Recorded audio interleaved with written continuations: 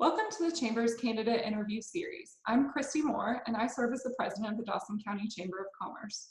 On June 9th, the primary election will be held in Georgia, and early voting begins May 18th. In Dawson County, there are many local elections on the ballot. You may always view your sample ballot and polling location by visiting mvp.sos.ga.gov. One of the main areas of focus of our Chamber's strategic plan is advocacy. While we would typically host a forum for all candidates, due to the current pandemic and out of an abundance of caution that prioritizes the health and safety of the candidates and our staff, we are hosting in-depth candidate interviews instead. All candidates who are running for an office for which more than one candidate is running were invited to be interviewed. As a nonpartisan organization, we take seriously our role to promote issues of benefit to our businesses and community, as well as support the promotion of information about upcoming elections. The Chamber does not endorse a particular party nor particular candidates. We have worked diligently to ensure that these candidate interviews are fair to the participants and informative to our members and audience. Candidates were not given the questions prior to being interviewed. Questions were submitted by Chamber members and were predetermined by the Chamber's Advocacy Committee. Similar to a forum, each candidate will be given 3 minutes to give an opening statement and will have 2 minutes to answer each question. Today, I am joined by Emory Dooley, who is running to be the next District 4 Dawson County Commissioner. Emory, would you like to kick us off with your opening statement? Sure. First of all, I'd like to thank you and the Chamber for hosting this and putting this out there. I think it's important for people to know who they're voting for. Just to tell you a little bit about myself, I've lived in the county for 10 years, but I grew up just right over the county line in North Forsyth in the Silver City area. I've worked at my family's local business here in Dawson County. Where our business is located here is actually the land's been in our family for several generations. My grandfather, who's 96 this year, he used to farm where we're actually located at. So it's kind of neat to be able to continue the family kind of tradition of working on the same piece of property here. I'm a summa cum laude graduate of University of North Georgia. I graduated in 2015 with a degree in political science. I waited a little bit out of high school before I went to make sure I wanted to invest that much time and effort into a degree, and I'm glad I did. I've been involved in the community over the last several years. I'm a member of Concord Baptist Church. My faith is something that's very important to me, and I look to it in all the decisions that I make and will make.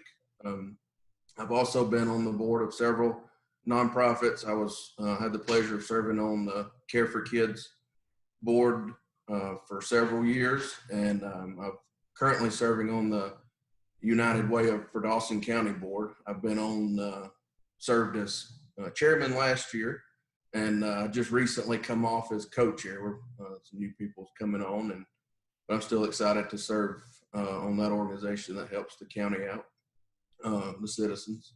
And it's just kind of a little bit of a background on me there, and I'm excited to be running for commissioner. Absolutely. Well, let's start off by hearing why you want to be the commissioner for District 4. Like I said earlier, I've been involved in the community a lot, and I think this is probably with my small business background, my education, and just the general experience that I've had being like on the planning commission for the last 4 years. I think that I can take my experience and actually think this is where I can benefit the citizens of Dawson County. I've always liked to give back when I can, and I think this will be a good place for me to do it. Absolutely. Well, one of the attributes that makes Dawson County competitive in attracting both businesses and residents is our low millage rate. How do you intend to provide enhanced services to a growing population while maintaining our competitive advantage? That's a very good question. I want to keep our millage rate as low and our taxes as low as possible, but I want to try to do that by seeking first of all, alternative funding methods, um, like the spliced funds and then grants. And I think the commission has been doing that, and that's something that I want to see continue. And I'm hoping to, when I get into office, to use my small business experiences with budgeting and try to maybe find some areas where we can save a little bit of money too without sacrificing services and and employee benefits, because it's very important.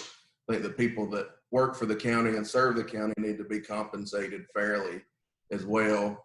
It's an easy question to kind of to answer. Say we want to keep taxes low and still provide services, but it's really going to take a lot of work to get in there and find where we can actually cut a little bit to save a little bit and make our money go as far as we can. And that's one thing I'm looking forward to getting into office to do is using the experience that I have to work on that.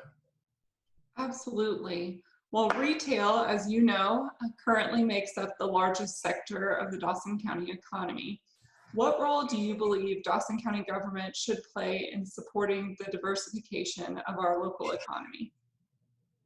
I think the Dawson County government should focus on trying to broaden the economic base. All the retail stuff we have is great, but we don't need to depend on that as a single source of income. I would like to see us branch out and try to attract some more small businesses that technology based and low impact light industrial businesses to kind of build our tax base up on that area. And the sales tax situation that we have here is great. I think about 80% of the sales tax that we collect comes from people that are outside the county, and that's a benefit to have, but we can't rely on that solely if we're going to try to keep the property millage rates low, because the pandemic that we've had, our numbers have shrunk. No one knows how that's going to play out, when that we'll see the recovery with that. Hopefully we'll be able to catch up later on in the year, but diversification is very important in our economic base. And I think working with the development authority, the chamber, and all the other organizations that are involved, I think everybody just needs to communicate and work together to try to benefit the county. Absolutely. Well, given the fact that the vast majority of business and industry is physically located within the boundaries of District 4, how do you plan to ensure the needs of businesses are heard and met? And how would you support making it easier to build and expand business in Dawson County? Well, first of all, I would, when I hopefully get elected to the office, I want to be very reachable. I want people to have my contact information. And if there's a local business that has an issue, even if it's something that's out of my purview, I hope they'll call me and I can get them in touch with the right people to look at. And I think that we need to look at developing some type of an industrial park in this area eventually, to whether that's a county that does it or we get with individual landowners and try to negotiate somewhere for these businesses to go and be able to expand. That's something that I've heard a lot, just being in the community, that I would love to have my business in Dawson County, but I'm looking for an 8,000 square foot warehouse and I can't find it. And I would like to see that actually get with some property owners and actually try to find a place to put that and see that come to fruition. Absolutely. Well, based on the state's 2018 numbers, for every $1 that our chamber expended for tourism marketing and support, Dawson County government received $4 in local tax revenues and $138 was invested in the local economy. Are you committed, if elected, to continuing to dedicate the 6% of the 8% of hotel motel tax to tourism marketing? And do you have any other ideas for supporting local tourism? I think the chamber does a great job at supporting it. I would like to see that continue. I think that we have a unique area here. We have the shopping down here at 400, and you can go up to the north end of the county, especially, in the fall and even now with their strawberries, and go to Burt's, and that's a big draw for people with the agritourism, and that's something that I want to see them still be able to do that while we're down here with the more industrial side of things. And I think promoting tourism is great. I think to promote it, we can have maybe a couple more hotels. I think there's some actually being built now. I know lots of times when there's events in the area that the places that we have now get booked up, and I think that will help actually give people a place to stay, and they can stay here and go to Burt's and go to Dahlonega and go to different places that's local, and actually spend some money here while they're there too. So Absolutely. I bought my strawberries at Bird's Farm last week. It's a great thing they're doing. We know that in general, at any given time, a community is doing one of two things. It's either growing or shrinking. With the expectation of growth in Dawson County, how do you plan to balance the desire of our community to maintain a high quality of life with the ideal and often legal requirement of prioritizing property rights? That's something that's going to be very tough. I'm not going to sugarcoat that's going to be, it's going to be hard to do, because there is going to be some type of growth. I think our best bet is when it comes to, I don't want to see us become developer friendly. I don't want us to be known as a place where you can come put up 400 homes and make several $1 million and then leave.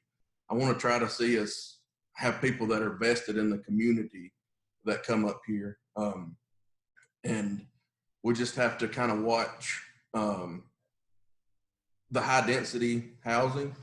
There are requirements that we have to have a certain amount, I think, that are required by the state, and but we should explore other options. I know the commission recently passed some changes to the land use resolution where they've allowed some lower density 2 and 3 acre per home developments instead of the 6. And I'm hoping that will help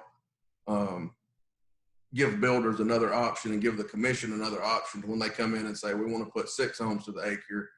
We can negotiate and say, here, let's go with 2 and try to get some more benefits for the county. And when they come in, if there's some road improvements that need to be made, that needs to be on the list of, I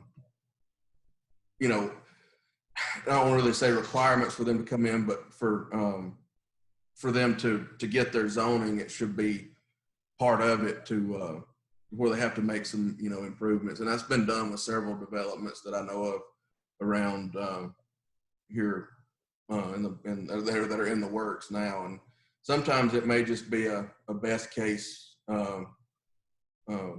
scenario where we get what's nobody may be happy, and that may be the best case that we can hope for sometimes. So Absolutely. I know you have a lot of experience with that from your time on the Planning Commission. As a follow-up to that question, if elected, how will you deal with zonings that are the result of decisions of past commissions? That's also, it's going to be a tricky situation and have to be looked at individually. I don't want to see us having to try to change zonings just to bail out a developer if something has not worked. But you get into the property rights issue there too. So it's just going to be, I know there'll be some stuff that's been zoned for a while back. There's several developments that could go get permits now. But if they change anything, they'll have to go by the board, especially if it's a planned community. They'll have to come before the board again, and it just goes back to being able to negotiate and communicate with the developers and the citizens get what's best for the project there. Absolutely. Well, what is your overall vision for Dawson County? To be honest, I like the county the way that it is. I think most people do. I want to see it be able to continue with managed growth that will keep the county out of a decline. I don't want to see us, decline from where we're at now. But I just want to.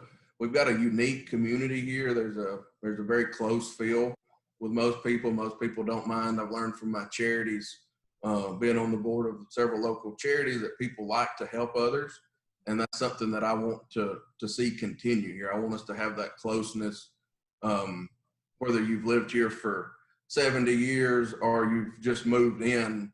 I want people to be welcome and feel like Dawson County is a great place to visit and enjoy their time. Absolutely. Well, you spoke a little bit about this earlier, but I have to ask, are you in support of T-SPLOST, which is the Transportation Special Purpose Local Option Sales Tax, which is the new 1-cent tax that is on the ballot this June to support transportation? And if not, how do you propose to obtain funding for the necessary road improvements needed in the county?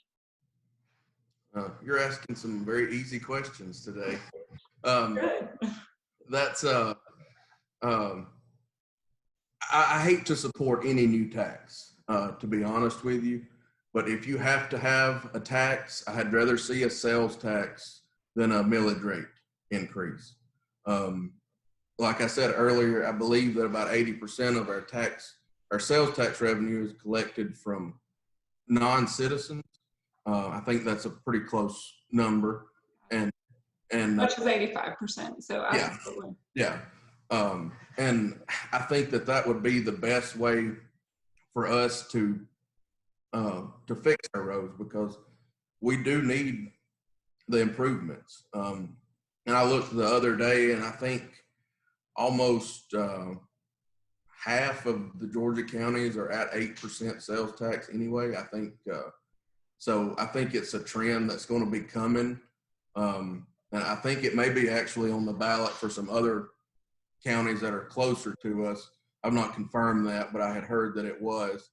So I don't want to see us leaving money on the table either. So I think it's going to be, I think it'll be the lesser of all the evils as far as tax increases go. Like I say, I hate to support any new tax, but this would really benefit the county and cost the citizens very little, or the least that it could. Are my thoughts on the T-SPLOST. Absolutely. Well, advocates of consolidated government purport the efficiency of a combined government. Would you favor the consolidation of our city and county governments? Why or why not? I would favor it if everyone was agreed that was best for the county and the city both. I feel like there is an overlap of services there, but I don't want Dawsonville to lose its uniqueness either. It'll have to be a carefully crafted agreement if that were to ever come into fruition.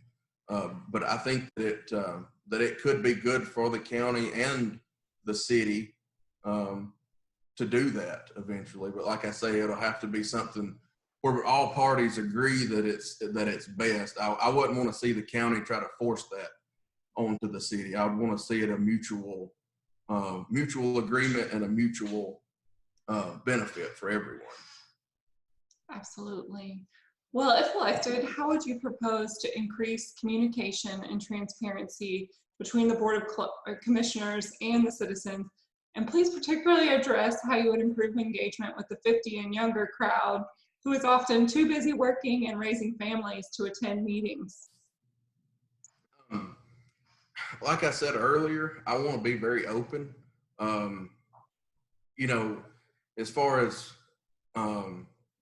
me being transparent and stuff, I want people to be able to call me at if they want to at any time. I prefer not midnight or something, but if they have a question I want them to ask, or if they have an issue that needs to be looked into, I'd like them to call me and talk to me about it even before a meeting, where we could do some research on it and see, the different sides of it. And I think that's important, is just being, even if you can't make a meeting or you can't, be engaged in that way, if you can reach out to your district commissioner and ask them a question, or say, hey, if I don't know, I'll look into it and get back to you. And I think that's important, to be able to keep a pulse on what the community is wanting, is that communication. And I think maybe, continuing some video streaming with the meetings, having those accessible where they're, pre-recorded, and if somebody wants to go watch one later, they can. I think that's a very good way to do it, because I know that it's tough for people to get to those meetings lots of times, especially if you work outside the county with traffic and stuff. It's hard to get off at 5 and be at Dawsonville by 6, and 4 if it's a work session that you want to attend. So I think there's lots of ways that we can use the technology to do it. Hopefully that's going to be one good thing that's come out of the COVID-19 pandemic, is getting people more used to things like we're doing here, Zoom meetings and stuff. I love to be face-to-face with people, but if you can reach more people like this, then I think that's a good way to do it, if it's more convenient for others, to be able just to log on and watch, or to view it later. Absolutely. Well, I agree. I prefer being face-to-face, but we certainly understand being able to do this during this time, and I do think it's a great way to reach more people. As we come to a close, please share with us your closing statement, and include, if there's anything we haven't covered that you wanted to talk about, you're welcome to share that now. I'd like to thank y'all again for putting on this candidate interview series.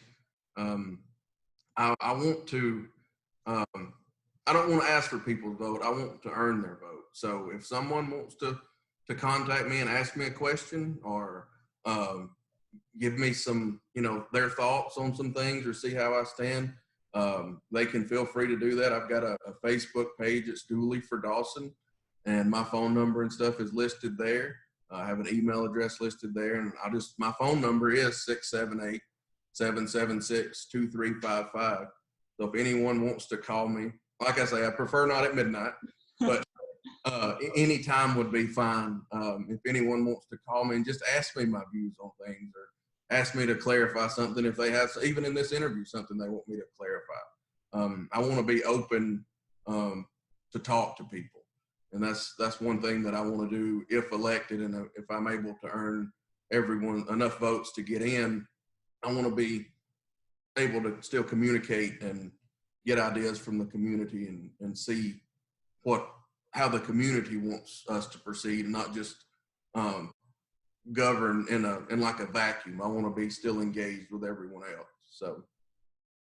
Absolutely. Well, we really appreciate your time today. We appreciate you spending this time with us, and we encourage all our audience right now to watch these interviews, and feel free to share them as well.